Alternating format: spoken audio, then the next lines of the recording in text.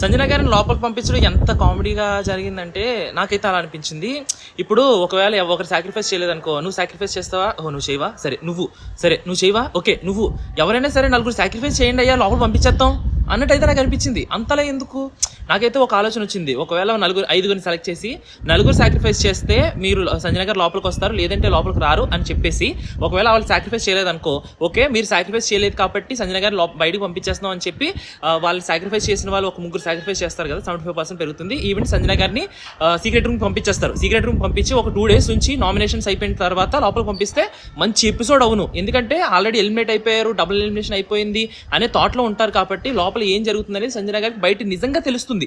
అంతేగాని sudden normal గా episode మధ్యలోంచి తీసుకెళ్లిపోయి అది సీక్రెట్ రూమ్ అని ఈజీగా తెలుస్తుంది అందరికీ. అయినా సరే వాళ్ళకి ఛాన్స్ ఉన్నా సరే, బిగ్ బాస్ టీమ్ కి ఇది చేసి ఛాన్స్ ఉన్నా సరే ఆవిడ దసరా ఎపిసోడ్ లో లోపలికి తొయ్యాలి అని చెప్పేసి ఏదో రకంగా నువ్వు ఎవరో నలుగురు సాక్రిఫైస్ చేయండి అయ్యా లోపల పంపించేద్దాం అన్నట్టు చేసినట్టయితే నాకు అనిపించింది. నీకేమనిపించింది?